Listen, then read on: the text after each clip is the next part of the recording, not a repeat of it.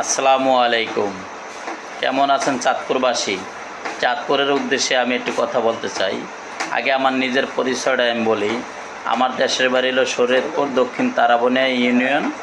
আমার নাম মোহাম্মদ জামাল হোসেন গাজী। আমি ঢাকা কলাবাগান থাকি। আসলে বলতে চাইছিলাম যে কথাটা, চাঁদপুর টার্মিনালে লঞ্চঘাট ঢাকার থেকে যখন হুন্ডাগুলো নিয়ে যায়, তখন তো আসলে হুন্ডার ভাড়াটা সম্পূর্ণ এরা গাড়ি দেয়, কুলিরা ওড়ায়, এদেরকেও টাকাটা দেয়।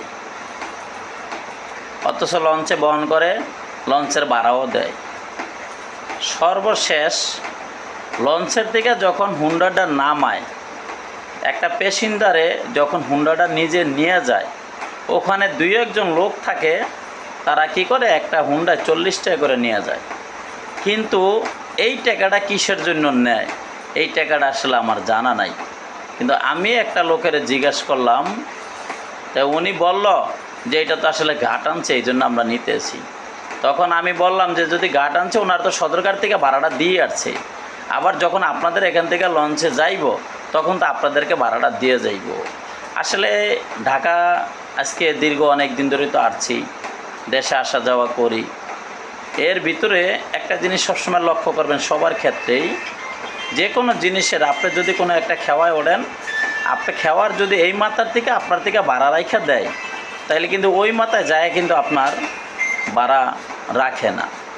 আর যদি ওই মাথার থেকে ভাড়া রাখা দেয়, তাহলে কিন্তু আপনার এই মাথায় ভাড়া রাখে না।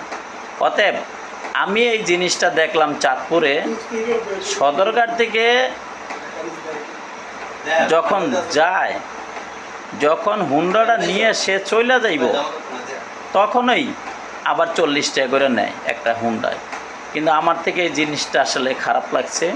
তা আমি একটা লোকের বললাম, তো এই লোকটা সৎ উত্তর দিতে পারে নাই। তারপরে আসলে আমি আরেকটা লোকের জিজ্ঞাসা করলাম, ওই লোকটা সৎ উত্তর দিতে পারে নাই, বুঝছেন। তবে না দেওয়ার কারণে আমি একা ছিলাম। তো যাই হোক, আমি একটু দুই একটা কথা বলছি, কিন্তু বলার পরে ওনারা ওনাদের মতনই জিনিসটা আমলে নেয় নাই। তা চাঁদপুরবাসীর জন্য এই একটা জিনিস বলতে চাই, আসলে এই জিনিসটা আপনারা একটু খেয়াল করবেন, এই টাকাটা কিসের জন্য নেয়। কারণ একটা হুন্ডা এখন বর্তমানে মানুষ দেশে যায়, সাথে করে নিয়ে যায়, এই ওনার তো আসলে টিকিটটা কাটেই।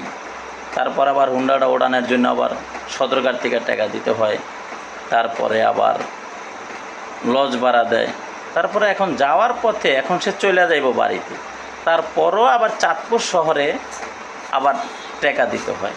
তবে এই জিনিসটা আসলে খুব খারাপ লাগছে। চাঁদপুরবাসীর জন্য আসলে একটা বার্তা দিলাম, আপনারা এই জিনিসটা একটু খেয়াল করেন, এই জিনিসটা যাতে না হয়।